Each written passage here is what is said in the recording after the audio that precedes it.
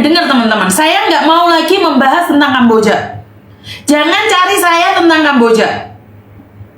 Ya, jadi saya tidak ingin membahas Kamboja lagi setelah jenazah almarhum Rizal dipulangkan. Jadi ini adalah keinginan saya. Kemarin Bang Martin Simanjuntak sempat ngobrol sama saya, sempat berbicara dengan Pak Yuda juga. Bang Martin merasa bahwa negara manapun kita ingin membantu, tetapi Kamboja kita seperti dimainkan oleh orang-orang kita sendiri. Benar, jika kalian masih ingin ke Kamboja, silahkan. Saya tidak akan melarang kalian. Malah seneng saya itu berkurangnya orang-orang jahat yang ada di Indonesia. Berangkat wes. Berangkat saja. Kalau hatimu sudah tertutup, silahkan berangkat. Saya tidak akan pernah menghalang-halanginya. Semoga engkau aman di sana. Dan ingat, saat pulang tinggal nama, jangan ngerepotin pemerintah, jangan ngerepotin bapak ibumu. Lebih baik nggak usah pada kabar, biar semuanya baik-baik saja. Jangan meninggalkan luka dan trauma. Ya, jangan bilang dijebak lah, tidak sesuai dengan gaji lah atau apapun ya. Jadi buat teman-teman yang ada di Kamboja, jangan bilang kalau kalian terjebak. Jangan bilang kalau kalian itu tertipu dengan iming-iming yang tidak menentu, tidak. Kalian berangkat dengan sadar dan kalian bangga dengan apa yang kalian lakukan. Dan satu lagi, sepertinya di kampung sudah menetralisi judi-judi seperti itu. Jadi scammer-scammer itu sudah dinetralkan. Semoga saja yang ditipu bukan ibumu dan bapakmu, semoga saja yang ditipu bukan keluargamu. Jadi kamu tidak akan merasakan sakit. Mbak, saya ceritakan, kecelakaan di jalan. Kamu melihat kecelakaan di jalan, dan itu bukan orang tuamu, dan itu bukan anakmu. Kamu nggak bakalan nangis di jalan. Tetapi jika di jalan kecelakaan itu adalah ibumu yang kecelakaan, itu yang kecelakaan adalah anakmu, maka kamu akan menangis. Dan tidak seharusnya saya menangisi jenazah-jenazah kalian yang dari Kamboja. Berangkat saja ke Kamboja, suka-suka kalian. Selamat. Benar gak sih? Benar. Jadi, izinkan saya hari ini untuk tidak membahas Kamboja. Izinkan hari ini saya tidak membahas Kamboja. Kita bahas yang lucu-lucu, yang menyenangkan saja. Karena membahas Kamboja, pertama saya kehilangan waktu, kedua air mata saya yang gerodos-gerodos gak jelas, nomor tiga saya kehilangan uang saya. Jadi bukan hanya effort tentang pikiran, tenaga, dan keuangan saya juga berkurang. Jadi setelah saya datang menemui Mbak Dewi, setelah saya selesai membantu pemulangan jenazah Rizal, saya tidak mau membahas itu lagi. Dan mulai sekarang buat kalian semua yang ada di Kamboja, nggak usah hubungi saya lagi. Saya tidak akan membantu kalian. Saya tidak akan membantu kalian. Ya, paham ya? Urusan kita selesai. Close the case.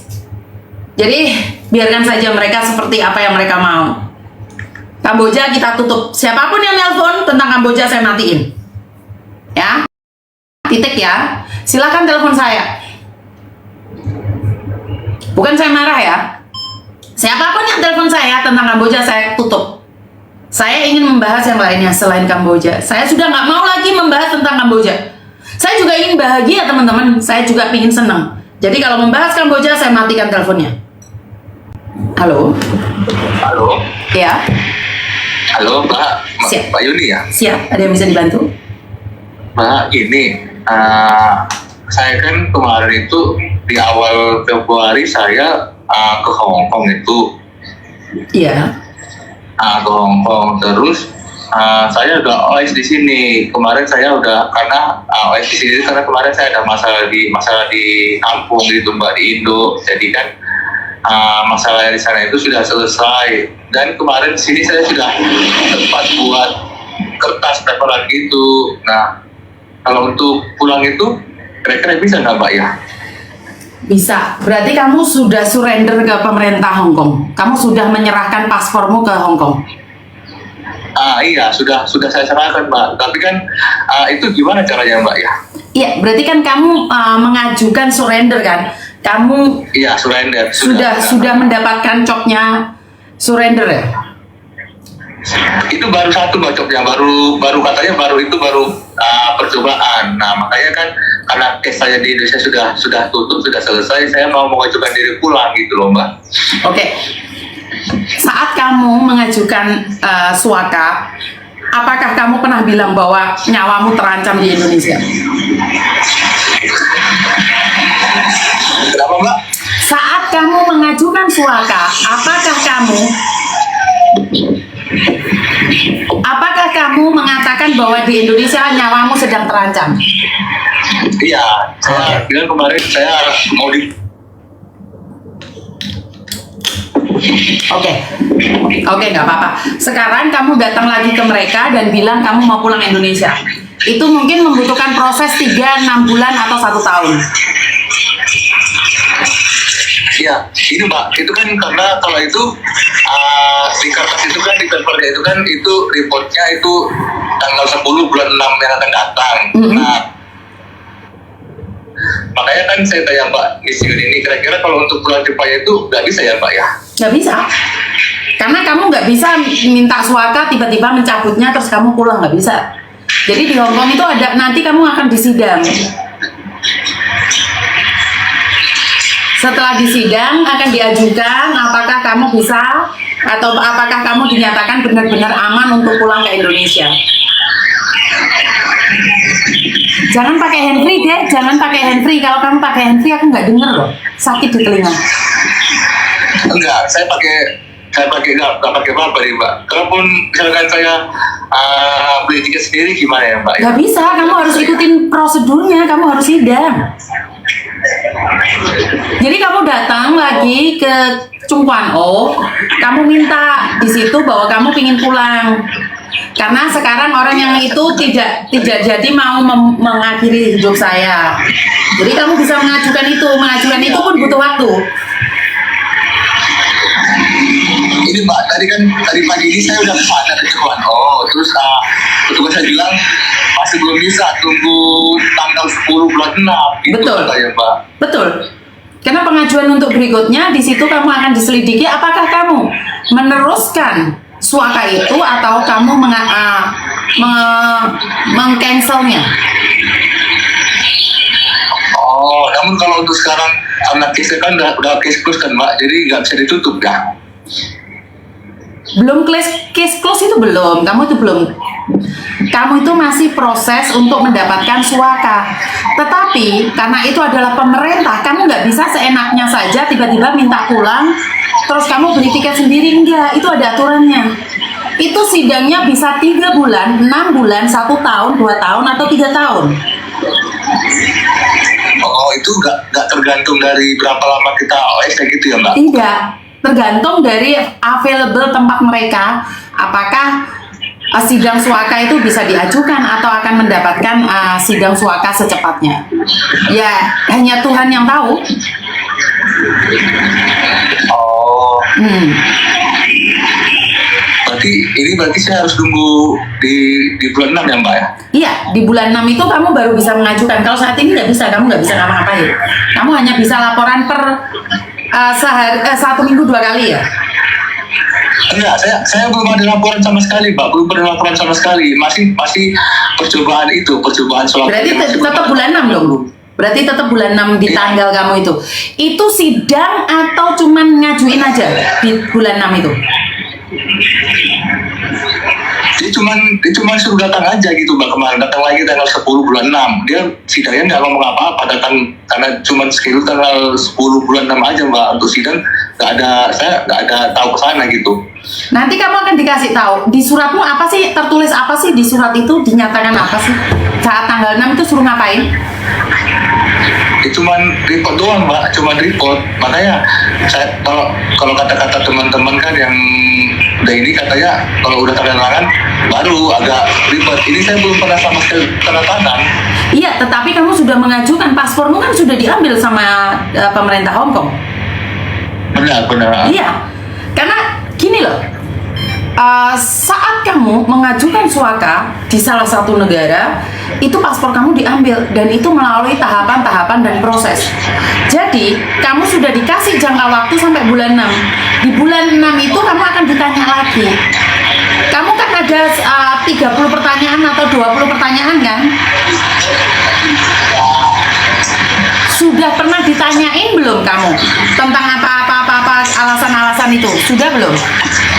Kemarin sama cuma sebentar aja Mbak, nggak lama ditanyain apa case-nya, masalahnya apa, udah cuma segitu doang. Oke, berarti ya itu nanti tanggal 6 bulan 6 itu menentukan apakah kamu akan diterima atau kamu ditolak.